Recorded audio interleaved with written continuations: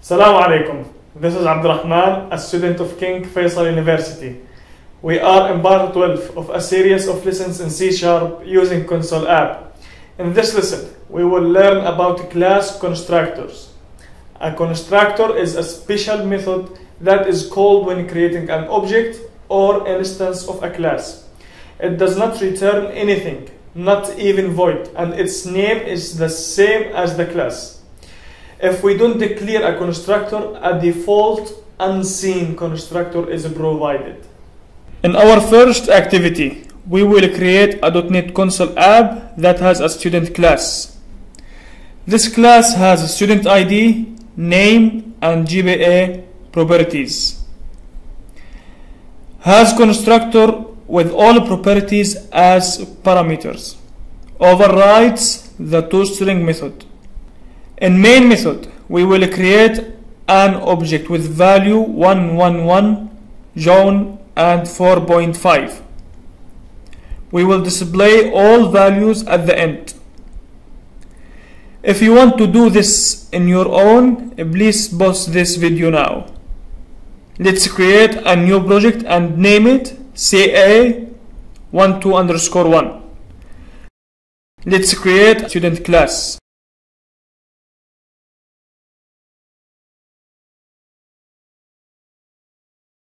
Let's declare the property student ID as integer. Let's declare the property name as a string. Let's declare the property GPA as double. Our constructor is public. The name is the same as the class and has 3 parameters for the 3 properties.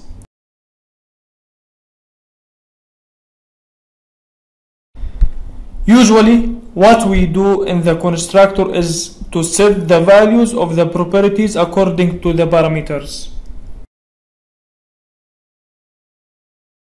Last, let's override the toString method, which is a virtual method on the object type that is inherited by any class or type. We will discuss further this inheritance concept in our next lesson. In the main method, let's create an object of a student without inserting any argument.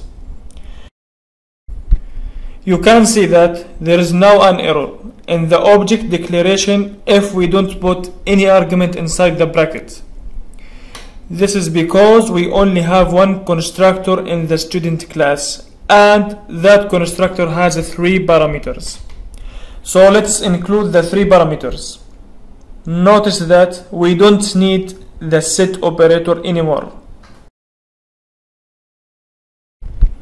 Let's display the object.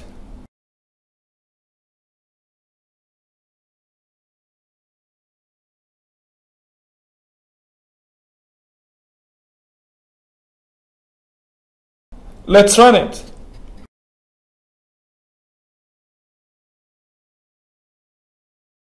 Excellent. Try to remove the call to toString method and run it again. It's the same because the virtual method toString is called internally by console writeLine. Perfect. We just created our first constructor. Like methods, constructors can be overloaded. To show this, we will modify our current project by creating a second constructor for student class that has no parameter. We will also create a second object of a class student using the second constructor. Click student class.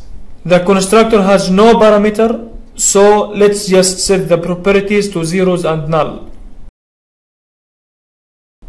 In the main method, let's create a second object of the class student without any parameter.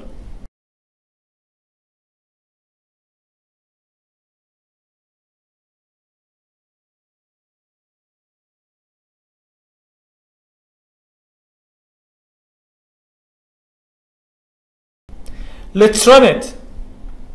Notice that the second line has zeros and null for its properties value. Well done. For our second activity, we will create a .NET Console app that has the shape class that has side 1, side 2, and area properties. Has a constructor with one parameter for side 1 and computes area property with square of side 1. Has constructor with two parameters for side 1 and side 2 and computes area property with the product of side 1 and side 2. Overrides toString method to display only the area property. In the main method, we will create two objects of the shape class using the two constructors and display the areas. Let's create a new project and call it CA12_2. Let's create a class and name it shape. Let's declare side 1, side 2, and area properties.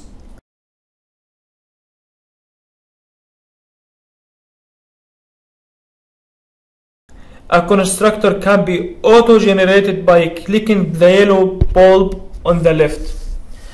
Let's use that. To create the first constructor, select only side 1. Get the area by computing the square of side 1. Let's create the second constructor with two parameters. Select both side 1 and side 2. Get the area by computing the product of side 1 and side 2. Let's override the toString method also by clicking the yellow bulb.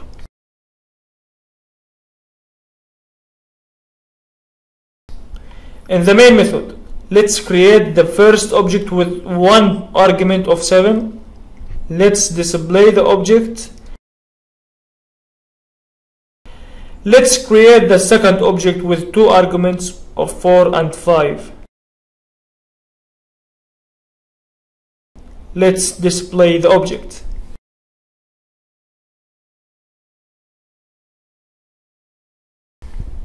Let's run it. Area for square is 49, while for rectangle is 20. Excellent! For your challenge, modify our last project in the main method by displaying a menu. 1 square, 2 rectangle, and 3 exit. If he selects 1, ask for the value of side 1 and create an object of a class shape using the first constructor. If he selects 2, ask for the value of side 1 and side 2 and create an object of class shape using the second constructor. Repeat displaying the menu until 3 is selected. Good luck! In our next lesson, we will be discussing a class inheritance. Thank you for visiting this channel.